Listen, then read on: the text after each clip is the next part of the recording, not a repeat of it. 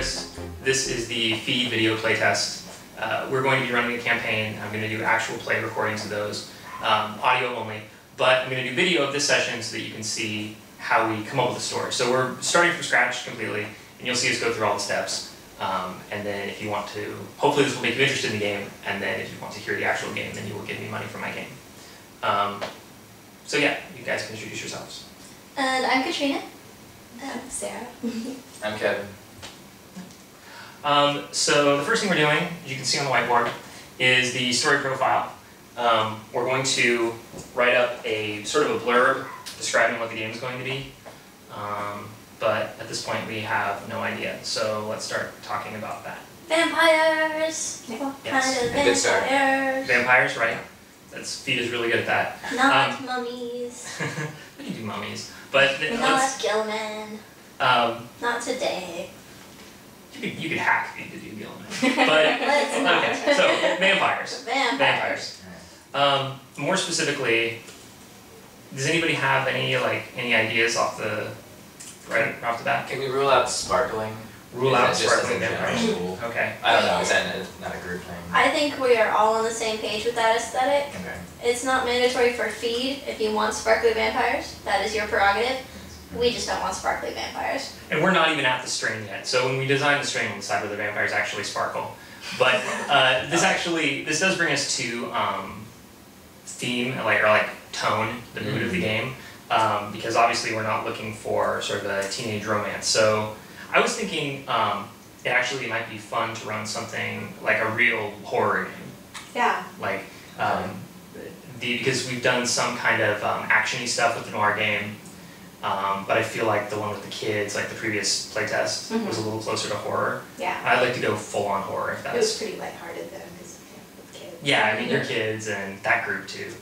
So, okay. Does that sound I like full-on horror. Just to brainstorm what else we might want. How about a setting? I'd like modern setting, just because I don't like to roleplay period characters very much. Okay. That's just my own personal thing. Yeah, it's easier Yeah. too. We can do a modern thing.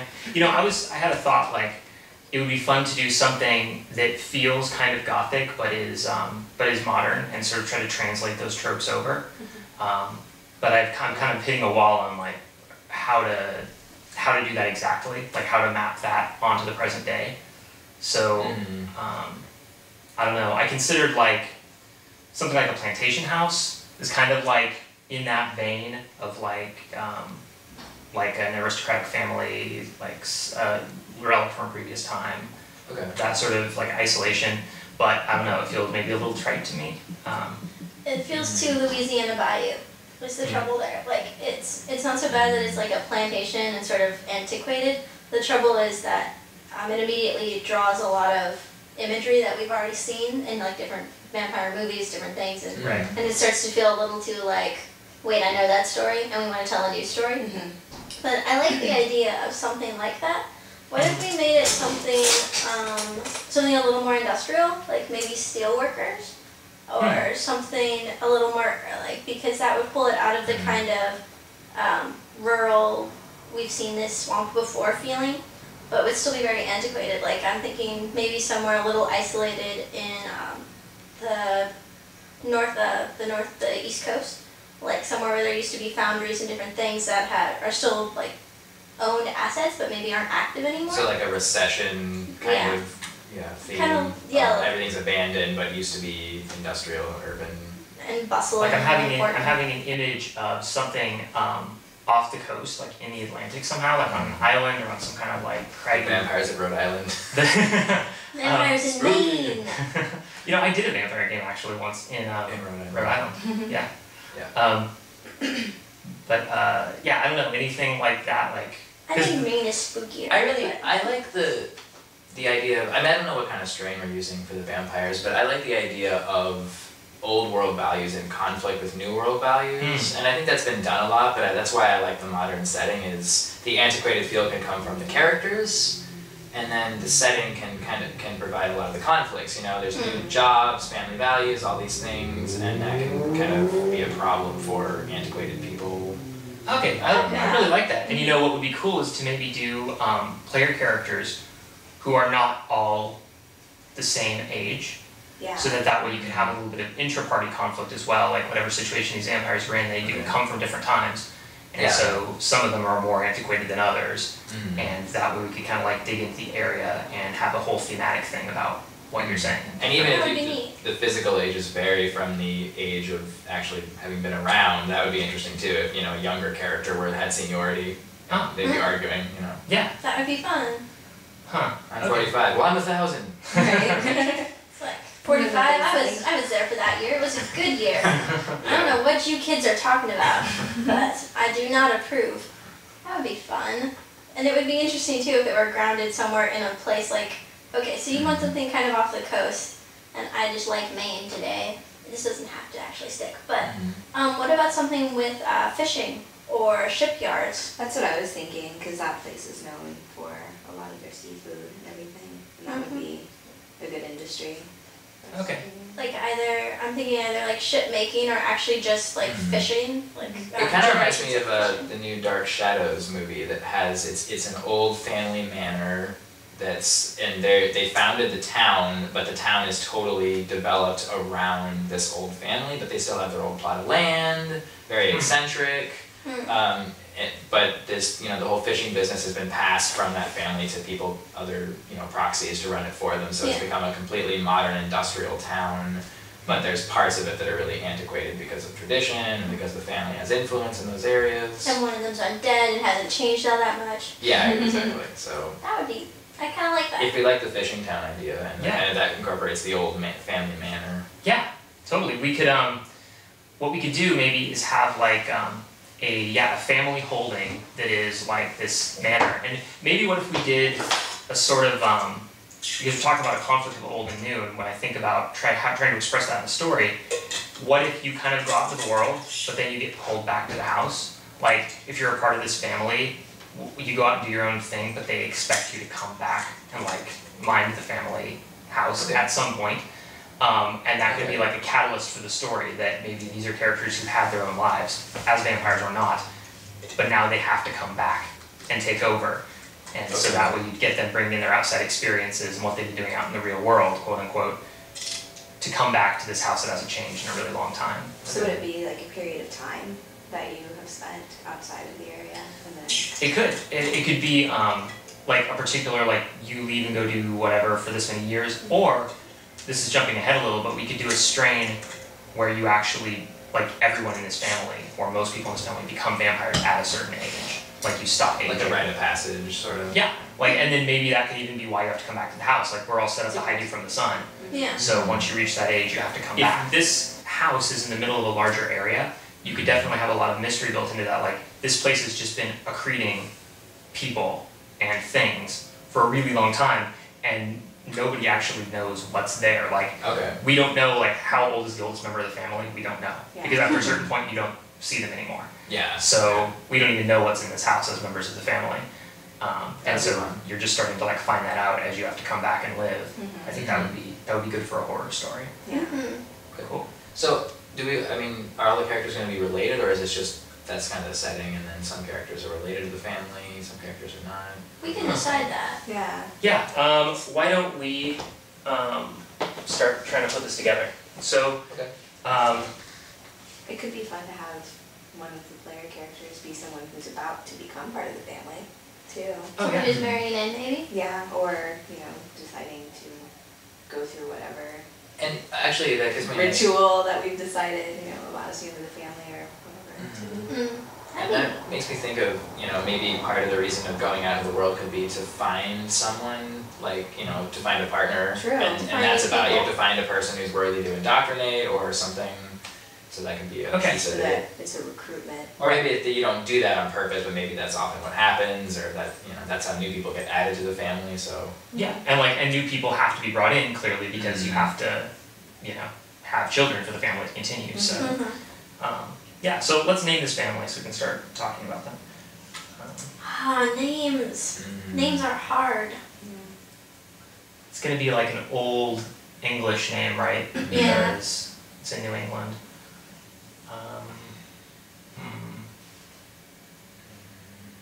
Fletcher, Anderson. I was thinking Thompson. Thompson. I thought of Sanford, but then I thought of Sanford and Son. Yeah. Which just goes a direction that I don't know if we want to go. I don't know either. Yeah. I think we all actually do know. And we'll play that game someday, but for now, let's stay away from. Yeah, okay. Michaelmas, Michaels, Bakers. Feels like it should kind of sound exotic, like the people in town should be able to say this name. Goodwin, Goodval. Do you have a name book over there? Yeah, right. Goodwin was actually my great-grandmother's maiden name. I'll just go through all of my family names. Thompson, Acree, Goodwin, I like the second one. Krafka, Creed? How's that spelled? Acree, Acree. Okay. That's my great-grandmother's name was Grace Marie Acree. Okay.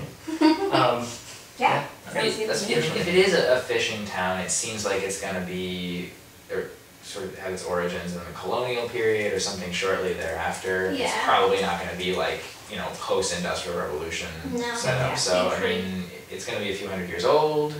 Yeah, they'd be a Georgian era family with it like around that time and around that style of architecture, which would be really cool. Architecture nerd moment here. Georgian houses are cool, and I like Maine, but it doesn't have to be Maine. Just somewhere with coast, which is all of it. Okay. And Yeah, I will believe anything you say about the East Coast because I have no idea what's out there. Yeah, I've never been. I'm not even convinced there is an East Coast. So. I have a friend that lives there.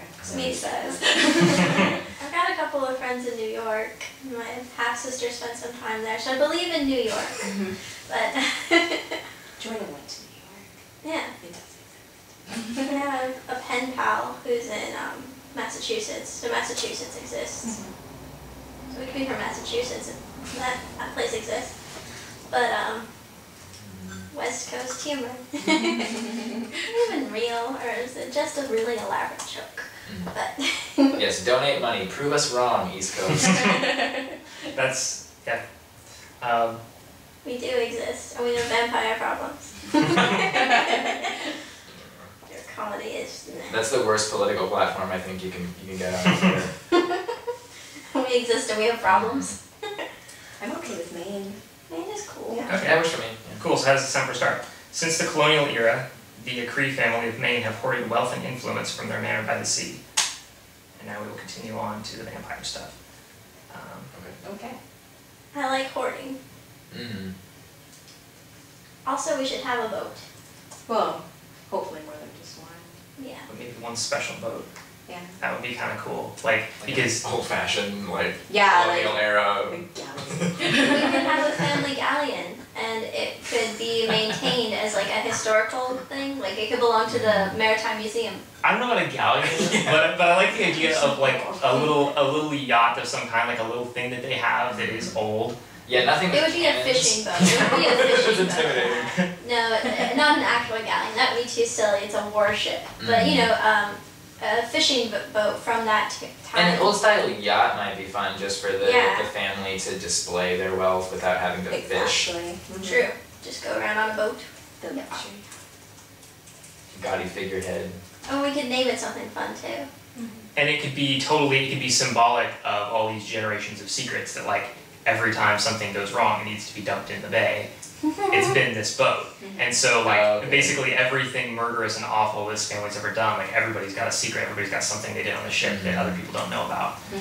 Murder Working on the second sentence. Yeah. You actually fit all of that into a sentence. I'm impressed. There's a lot of commas. Still. There's a lot of commas. It's a spoiler. Yeah. When should they turn? Yeah. It kind of makes me think of how do they turn? Like, do they come as vampires? Is this an Inborn ancient physiology clan thing? getting a new start, or is it something that happens once they get there? Do we want this to be like a physiological phenomenon? Like when you are 22 or whatever, your body begins to change and this happens? Or is it an occult thing where you come back to the family estate and you were initiated in and it happens to you? I think if you're going to indoctrinate outsiders, it Then has it to has not to be be. like an inherited thing. The initiation. But if we don't want to do that, I like the idea of bringing in outsiders, but maybe we could have both that and the family thing by making them like you have to become a blood member of the family So you have to do it by marriage, or like perhaps in rare cases it could happen by adoption. Maybe only family members can convert, and you can be converted, but you can't pass it on. Unless I mean, that's a strain issue, but that could be like, you can only be indoctrinated into the family by a someone who's blood family member. Okay, so you're people thinking who are like converted from the outside, you know, wouldn't be able to do it. Like, it's a that would inherited- bring a good point into why we have to bring people back to the manor too. Okay, yeah. Reinforce the family line, why it's so important to keep it going. Yeah, that makes sense. Okay, so it's not necessarily a specific age.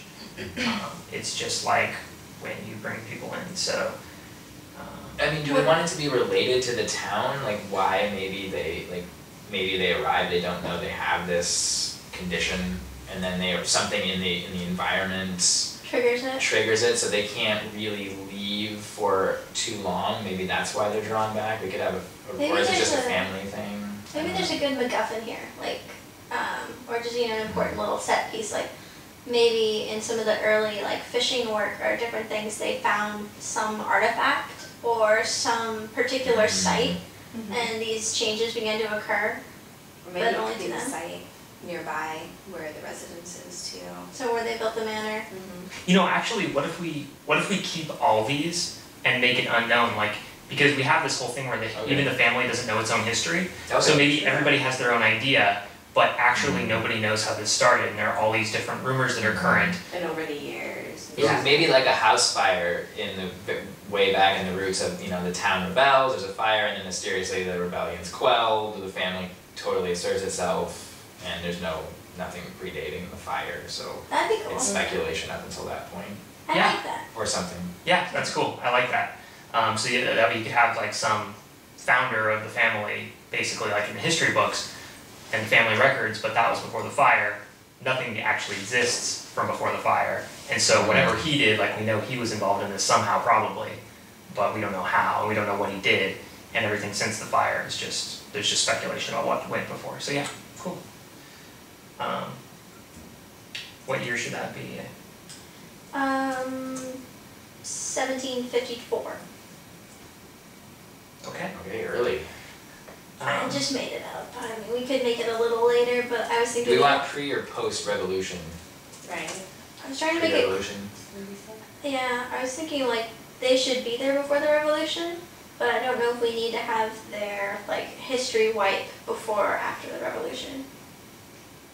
Because like the family needs to get there before the Revolutionary War, I think, in the earlier part of the immigration to the United States. But Actually, I don't mind 1754. I think it's very early, but since colonial, yeah, that's cool, and that even opens the opportunity for an interesting player or since the colonial era, the Cree family of Maine have hoarded wealth and influence from their manor by the sea. Though the neighbors whisper, no one knows the family secret, that since the great house fire of 1754, their blood has carried the plague of vampirism. So now we talk about what we're actually going to do in this campaign. So we know we got horror, we know we got mystery. There's two ways I can imagine going with this. Showing the conflict with the new world and like the modern world by having them like, they live in the house but then they go out and interact with modern day Maine. Or we could do like a Downton Abbey and have this be a story about what happens in the house with all these characters from the outside having to adapt to like how people live here. Yeah. You know, obviously we could do some mix too, but it kind of, the question is this like an interpersonal drama game? Do we want to have an action element here? The manor would make sense too, since we were having the idea of everyone coming back for this rite of passage ceremony, so we could have it be about what's going on in the house. Okay. I kind of like it too, honestly. My only if it's there. concern is if we spend too much time in the house, that it'll be only vampires, and it won't be as interesting to, you know, Right. how do we, you know, avoiding detection, you know, Sure, like all that stuff. conflicting with all the modern stuff is going to be kind of taken out. What about this? What if the house comes with, like, first of all, we can build something into the story, which we'll get to in the story profile, that draws us out of the house. So we'll definitely have scenes out there. But secondly, what if we put humans on the premises? As servants, Like, possibly. as servants, but then also maybe like, Curators of antiquities. We might, I mean, depending on the kind of shape and what we do with the string, we might actually have medical staff for some people. And I'm thinking like common folk too, like maybe the Neighbors. maybe the house is not quite as isolated as it once was, or maybe the land needs some kind of help, some kind of like commercial developers, right, whatever's going on. So like there are people who live here, but they're not like, you sort of rule over the people in the area. Like the family's weight is such that you kind of have your run of the property, but there are humans on it. And I like your idea that like maybe the servants are humans who don't know. Because it's very taboo for them to go into certain parts of the Lord of the Rings house. And so that would keep it very like, there would be tons of servants, there'd be people in and out of the grounds, but you can sort of get away with a lot. But the family would also be super stifled because like we're being dressed in the morning by people who can't know that we're all vampires. And so having these different conflicts between aesthetics and also ethics with people who are much older and from a very different mindset, and these kind of younger people who are, maybe born 30 years ago and are beginning to, like, they know what's going to happen to them, but their entire lives have been within very recent history, and they've always had to juxtapose these two different things and figuring out what they're going to do now as some of their elders begin to fade and get more degenerate and more asleep, and they have to maintain this secret and also maintain things for their family, but negotiate out with their own personal concerns and their own personal ideas about how the world should work. Yeah. It would be interesting if there was some kind of transition coming up, like the United States is coming up on its 300-year anniversary, and maybe there's some talk that something will happen with the family when we hit that mark, like maybe we expect to lose some of our first generation, maybe not. It might be a nice rumor to have floating around, like how long can we actually last? Yeah. I think too of, these kind of situations with a family that's had this money sitting around, usually unless they invest it and modernize how they handle their money, they don't stay wealthy. Yeah. So that could be part of the conflict of having to bring lots of outsiders in to manage this money, who's going to manage the business, we're going to have to meet with them, you can't just have other people run it and get checks mailed to you for hundreds of years, it's going to get, a little weird. So, too weird. Who's the next heir in line? And what businesses are we into? Is it just fishing still? Is it a branch? Is there stock market? Are there political aspirations? Yeah. And there's a lot, and that can bring a lot of outsiders in if there's trying to maintain this wealth and manage this money. And what if the management of the estate is a business, and that serves as a way to bring new people in some cases, like, and also. You could have then guest houses on the premises for the people who have to work in the house. So if you have to like work with grandpa, he needs to be in the manor. And so you need to hire somebody, like if you're hiring somebody who needs to work with him, they have to move on the premises if they live in a guest house. And they could like even bring their family, like they live there as part of the job. And that would give us more humans on the premises. So almost like a little compound that's sprung up over... It'd be very similar actually to like a feudal system, like a castle and its tenants. But it's like basically, the families of people who work at the company that the estate has become and who work in the manor. Okay. Not too many of them, but just enough that we can have an interesting situation where if one of you wants to play a character who's got a family, you live across the lawn in the guest house. And that, like the monetary concerns might force decisions that aren't ideal for the family that they have to put up with if they want to, keep everything running, keep their business going. It's going to make it uncomfortable for them, which would be really fun for a story with lots of conflict. Yeah, definitely. We like conflict. It makes for interesting stories. Let's see. The Cree children always return to the family home, often with new blood from the town.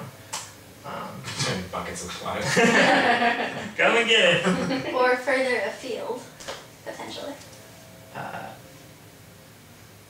Maybe this is just because I love libraries, but I love the idea of there being someone connected to the manor who's very interested in them from a historical perspective and an antiquity perspective. That's a great idea, because a place like that would be so old. Yeah. That would be a very interesting. Historical old boat and different things. Yeah, even original documents that only exist. Early correspondence. There'd be someone who's just 1750.